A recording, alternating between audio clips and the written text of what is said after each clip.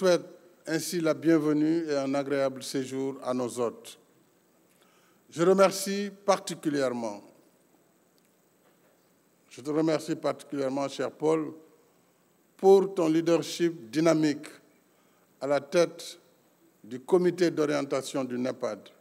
Et je salue l'intérêt constant que tu as toujours accordé à la promotion des infrastructures en Afrique.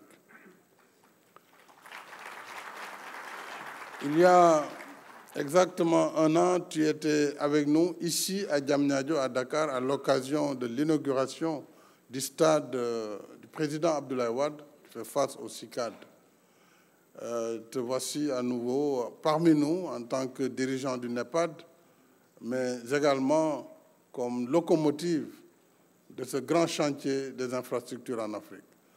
Et je remercie nos frères, les présidents Abdelmajid Tebboune d'Algérie et Abdel Fattah al-Sisi d'Égypte, d'avoir bien voulu envoyer des délégations de haut niveau représentées par leurs premiers ministres respectifs, le Premier ministre Ben Abdelrahman et Madbouli, pour vraiment donner également l'engagement de ces deux grands pays, membres fondateurs du NEPAD, pour montrer encore une fois leur détermination à faire du NEPAD une réalité de tous les instants pour les Africains.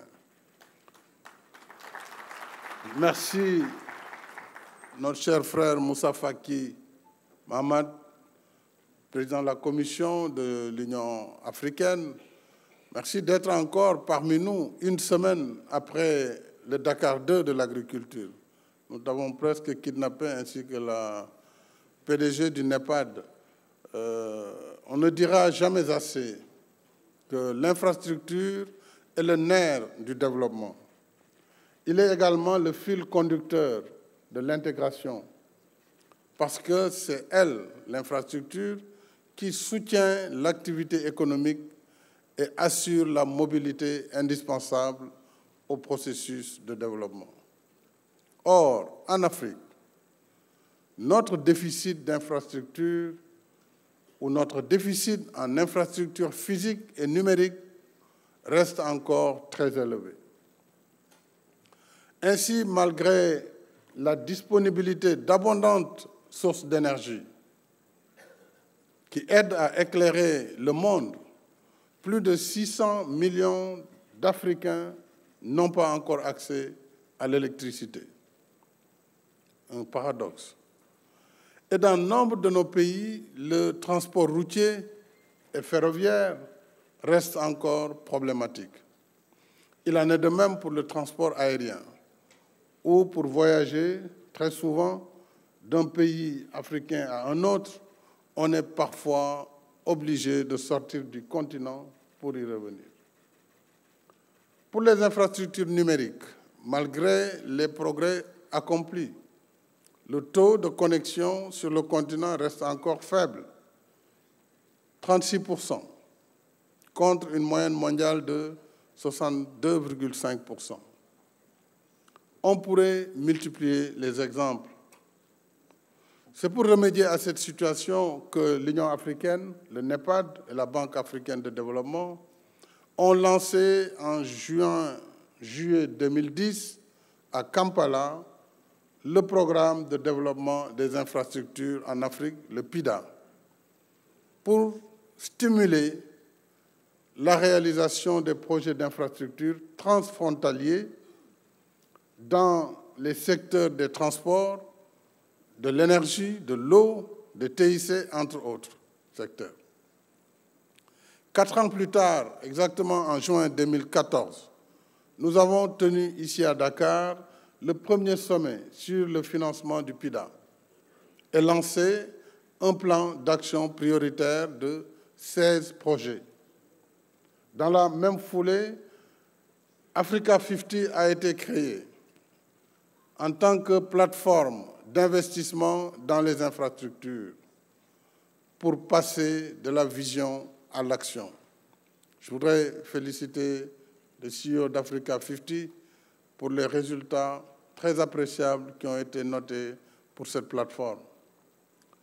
Mais en dépit de nos difficultés structurelles et des effets de la pandémie Covid-19, il faut reconnaître que l'Afrique est en chantier. À titre d'exemple, avec un prêt de la BAD, le Sénégal et la Gambie se sont associés pour réaliser en 4 ans le pont sur la Sénégambie, sur le fleuve Gambie, qui s'appelle Pont Sénégambie. Une doléance vieille de plus de 60 ans, que nous avons satisfaite depuis janvier 2019, en assurant la fluidité du transport entre les deux pays et vers les régions sud du Sénégal. En novembre 2021, le Sénégal et la Mauritanie ont lancé le chantier du pont de Rosso sur le fleuve Sénégal, qui est en cours de réalisation pour une durée de 30 mois. Donc, dans quelques mois, nous allons inaugurer cette infrastructure majeure qui a été aussi financée avec le concours de la BAD, de l'Union européenne et de la Banque européenne d'investissement. Ce pont est un chaînon du processus d'intégration africaine en tant que partie intégrante du corridor transfrontalier Tanger, Casablanca, Nouakchott, Dakar, Abidjan et Lagos. Donc c'est cet axe qu'il permet de relier en continuité terrestre. Par ailleurs, sur le continent, je sais que les mêmes efforts de construction, d'infrastructures, d'interconnexion par des financements publics se suivent dans l'esprit du NEPAD. Il faut s'en féliciter. Et nous serons très intéressés d'apprendre certaines expériences, notamment en Algérie, au Rwanda, sur les TIC et dans d'autres pays, comme l'Égypte. Il serait intéressant que ces expériences soient connues également afin que nous puissions partager les bonnes pratiques en matière de développement et de financement des infrastructures publiques.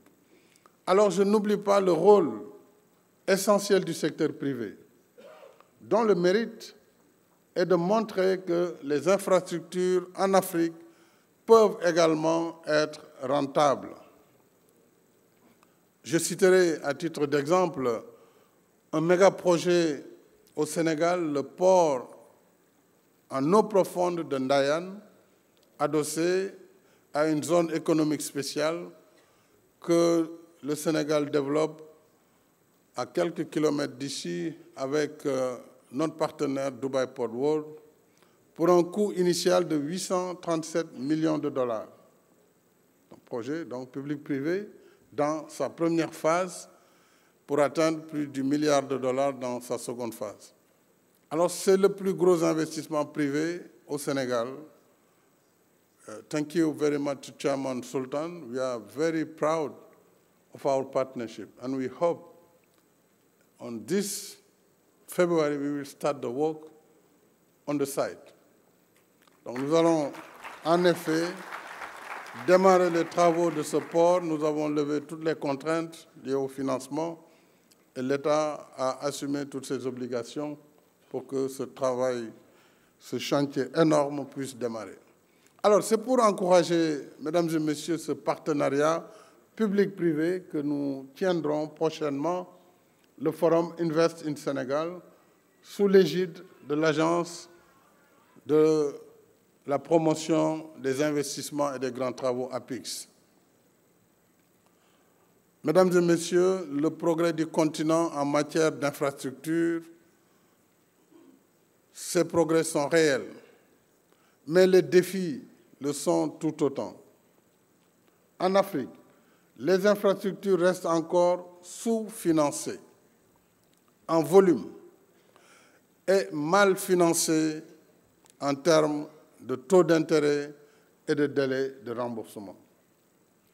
Selon le dernier rapport annuel du Consortium pour les infrastructures en Afrique, rapport publié au mois de décembre dernier, le financement des infrastructures en Afrique s'élève à 81 milliards de dollars en 2020, il s'est levé en 2020 à 81 milliards contre 100 milliards de dollars en 2018.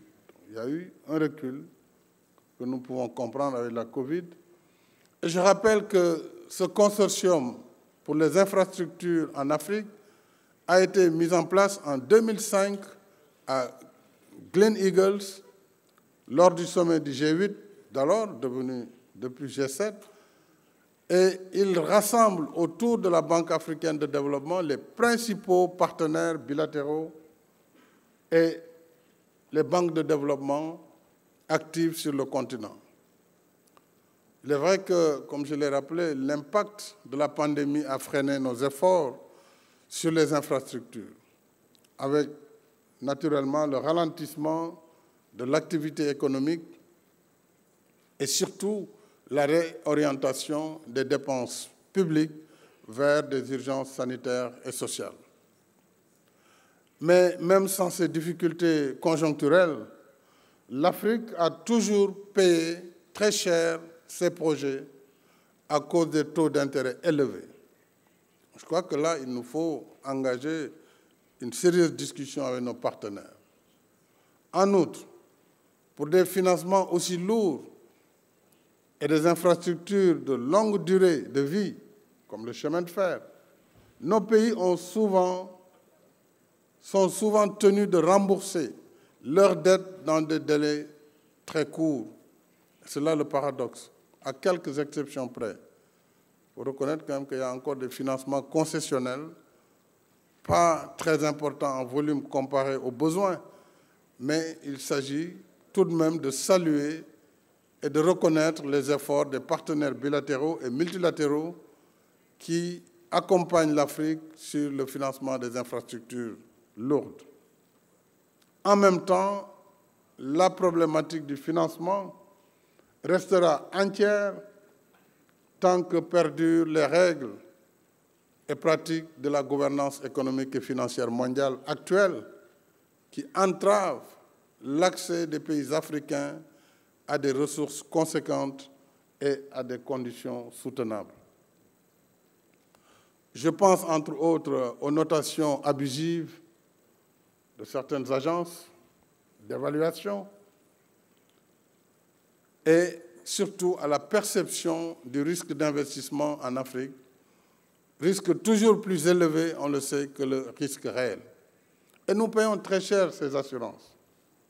Pour prendre un exemple simple dans les financements à l'export, les fameux Exim Bank, si les taux apparaissent faibles autour de 2,5%, parfois 3%, il faudra rajouter les 10-12% de taux d'assurance.